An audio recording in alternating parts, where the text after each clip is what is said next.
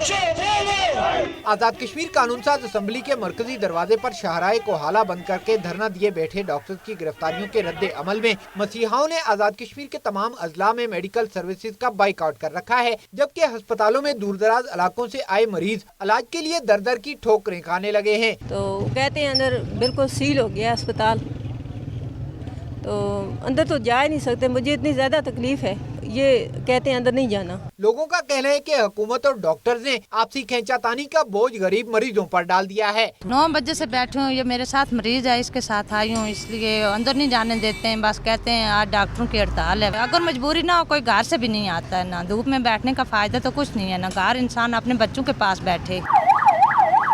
कई हफ्तों से बंद ओपीडीज के बाद गुज़िश्ता 2 रोज से अस्पतालों में इमरजेंसी सर्विसेज भी बंद हैं, जिसके सबब लवाहिकीन मरीजों को मुल्क के दीगर इलाकों के अस्पतालों में मुंतकिल करने पर मजबूर हैं। डॉक्टर्स और हुकूमत की आपसी खींचातानी का खमियाजा इन गरीब मरीजों को भुगतना पड़ रहा है। कैमरामैन मोहम्मद नवीद के साथ तकीउल हसन, दुनिया न्यूज़, मुजफ्फराबाद।